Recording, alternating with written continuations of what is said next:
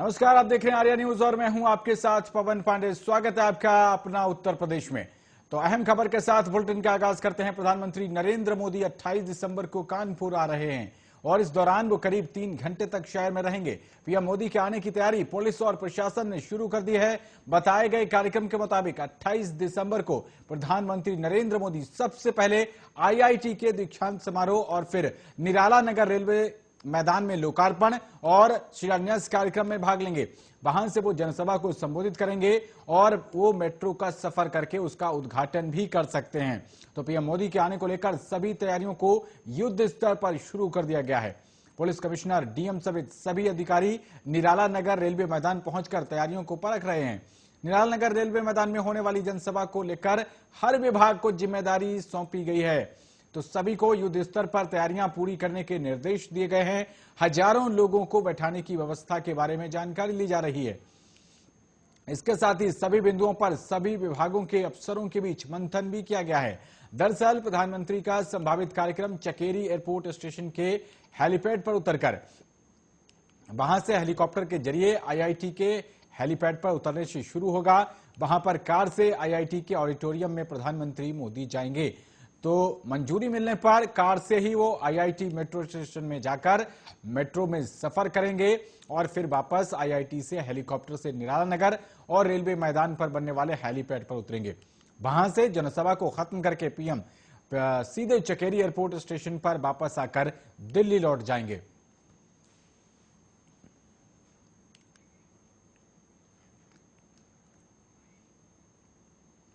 तो वहीं उत्तर प्रदेश के मुख्यमंत्री योगी आदित्यनाथ ने मथुरा में कांग्रेस, सपा और बसपा के नेताओं पर कोरोना से जंग के समय सामने नहीं आने का आरोप लगाया।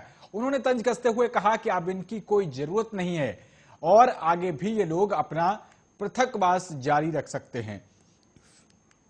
तो योगी ने माट में जाबरा रोड पर आयोजित जनसभा में ये बातें कही। जनसभा को संबोधित करते हुए मुख्यमंत्री योगी आदित्यनाथ ने आरोप लगाया कि पिछली सरकार जहां कब्रिस्तान की चारदीवारी के निर्माण पर धन खर्च करती थी, वहीं मौजूदा सरकार तीर्थ स्थानों के विकास पर पैसा खर्च कर रही है। और इस दौरान योगी ने 201.16 करोड़ की लागत से 196 परियोजनाओं का लोकार्पण और शिलान्यास भी किया। मुख्यमंत्री योगी आदित्यनाथ ने कहा कि कोरोना के दौरान कांग्रेस, बसपा और समाजवादी पार्टी के लोग गृह पृथकवास यानी कि होम क्वारंटीन में थे और जनता से अलग थे, जबकि स्वास्थ्य विभाग समेत कई अन्य विभाग और सारा तंत्र लोगों की जान बचाने में जुटा था।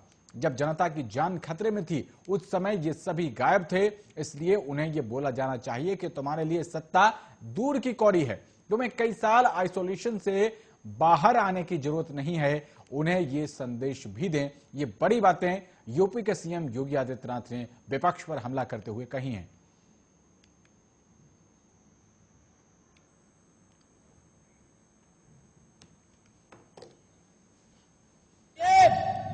पिछली सरकारों के समय में जिस पैसे को खर्च करके कब्रिस्तान की बाउंड्री के नाम पर जिसका अपव्यय किया जाता था, इस सरकार में उसी पैसे को तीर्थों के विकास में खर्च किया जा रहा है और ब्रज क्षेत्र का सम्मान बढ़ाया जा रहा है। याद करिए, पिछली सरकार में 2017 के पहले सबसे पहला दंगा कहीं हुआ था प्रदेश में, कोसी कला में ही हुआ था। और कोसी कला में दंगा किस बात को लेकर के हुआ था? एक नौजवान जाता है, एक मस्जिद के बाहर टोटी लगी है पानी की, पानी पीता है, इसी में उसकी पिटाई शुरू हो जाती है। तुमने पानी क्यों पी लिया? और उसके बाद व्यापारियों के प्रतिष्ठानों को जलाया जाता है। वहां पर जो तांडव उसके बाद हुआ, झूठे मुकदमे दर्ज कर दिए जाते हैं, अनेक प्रकार से प्रताड़ित किया गया था। इसी मथुरा जनपद के अंदर हुआ था। और सत्ता के संरक्षण में किस प्रकार के माफियाओं को संरक्षण दिया जाता था। जवाहर बाग की घटना तो जीवंत उदाहरण है, जिसमें एक एडिशनल एसपी द्विवेदी की निर्मम हत्या कर दी गई थी। भाइयों बहनों, इसी मथुरा में होता था। ऐसे लगता था जैसे उस समय कोई कंस ही साक्षात सत्ता में विराजमान होकर के भावनाओं को रौंदने का कार्य कर रहा हो। लेकिन आपने जब अंगड़ाई ली 2017 के बाद, दंगा नहीं, कोई बलवा नहीं, आज ब्रज तीर्थ विकास परिषद के नाम पर ब्रज क्षेत्र के तीर्थों का विकास हो रहा है। अगली खबर का रुख करते हैं। बांदा की जेल में बंद माफिया डॉन विधायक मुख्तार अंसारी अपने दोनों बेटों अब्बास और उमर अंसारी से मुलाकात की है। तो मुख्तार अंसारी से मुलाकात करने के बाद अब्बास ने सरकार पर हमला बोलते हुए आरोप लगाया कि सरकार मौलिक अधिकारों का हनन कर रही है। सरकार की उल्टी गिनती शुरू हो चुकी है और 2022 में सत्ता परिवर्तन होगा और 2022 विधानसभा चुनाव लड़ा जाएगा।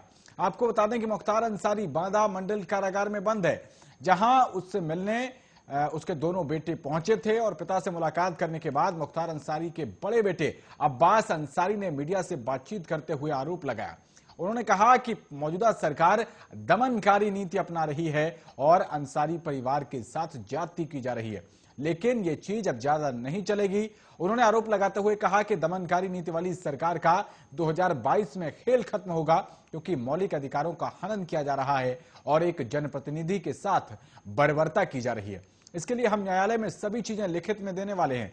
आने वाले वक्त में सभी को जवाब दिया जाएगा और सत्ता परिवर्तन भी तय है। वहीं 2022 में चुनाव लड़ने के सवाल पर अब्बास ने कहा कि चुनाव जरूर लड़ा जाएगा और इसको लेकर हम मिलकर इस सरकार को हटा देंगे।